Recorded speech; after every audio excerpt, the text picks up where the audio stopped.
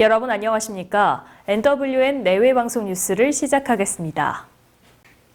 고 김대중 전 대통령의 부인 이효 여사가 어젯밤 향년 97세로 별세했습니다. 빈소는 세브란스 병원 장례식장 특 1호실인데요.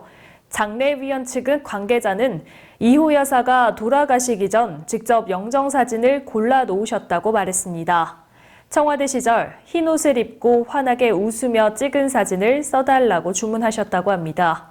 오전 11시쯤 영정사진이 도착하면 빈소 준비는 거의 마무리가 될 것으로 보입니다. 정식 조문은 오늘 오후 2시부터 받을 예정인데요. 지금 다소 이른 시간이고 빈소가 마련되지 않아서인지 아직 정치권이나 동교동계 주요 인사들의 모습은 보이지 않고 있습니다. 이 여사의 유지와 구체적 장례 일정은 잠시 후 김대주 평화센터 상임이사이자 국민의 정부 당시 문화부 장관을 지낸 김성재 이사가 직접 밝힐 예정입니다. 국민권익위원회는 수능시험 응시료 납부와 환불 신청 방식을 다양하게 할 것을 한국교육과정평가원에 권고했다고 밝혔습니다. 권고안에는 수능 응시료를 현금뿐 아니라 계좌입금이나 신용카드로도 낼 수 있도록 하고 응시료를 환불할 때도 원서 접수처를 방문하지 않아도 인터넷이나 우편으로 환불을 신청할 수 있도록 하는 내용이 담겼습니다. 수능시험 응시료는 4과목 이하일 때는 37,000원, 5개 과목은 42,000원, 6개 과목은 47,000원입니다. 더불어민주당과 정부, 청와대는 어제 국회에서 확대 고위 당정청 협의회를 열고 추가 경정 예산안과 제로페이 등을 논의했습니다. 당정청은 국회 파행이 장기화되면서 48일째 묵혀있는 추경안 처리와 민생입법 처리 등에 대해 집중적으로 논의했습니다. 또 중소벤처기업부와 문화체육관광부가 함께 제로페이와 광주 세계수영선수권대회 등 현안에 대해서도 의견을 나눴습니다. 어제 회의에는 이해찬 대표와 이인영 원내대표 등 당 지도부와 이낙연 국무총리, 김수현 청와대 정책실장, 강기정 정무수석 등이 참석했습니다. 핀란드를 국빈 방문 중인 문재인 대통령은 어제 사울리스테 대통령과 정상회담을 갖고 스타트업 육성과 차세대 통신 등 신산업 분야 협력 기반 강화 방안을 논의했습니다. 두 정상은 헬싱키에 코리아 스타트업 센터를 설치하고 부산과 헬싱키를 잇는 직항 개설, 양국 천년 인재교류 프로그램 활성화 등을 협의하였고 관련 양해각서 서명을 했습니다.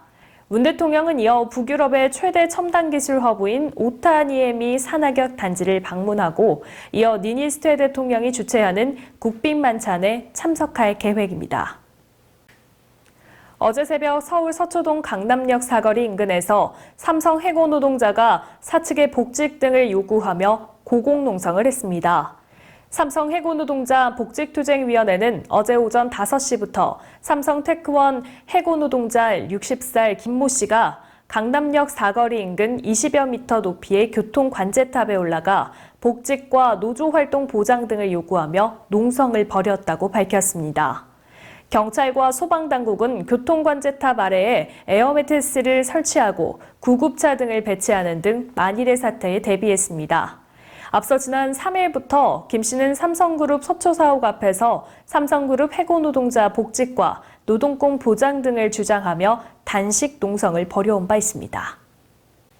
미국 백악관이 중국 통신장비 업체 화웨이에 대한 일부 제재 시행을 늦추는 방안을 추진하고 있다고 일간 월스트리트 저널이 보도했습니다. 월스트리트 저널에 따르면 러셀 보우트 백악관 예산국장 대행은 연방정부 납품업체의 숫자가 급감할 수 있고 특히 화웨이 장비를 많이 사용하는 지방업체들의 타격이 갈 수 있다며 현행 2년인 법 시행 유예기간을 4년으로 연장해달라고 마이크 펜스 부통령과 민주당 소속 낸시 펠로시 하원 의원 등에 요청했습니다.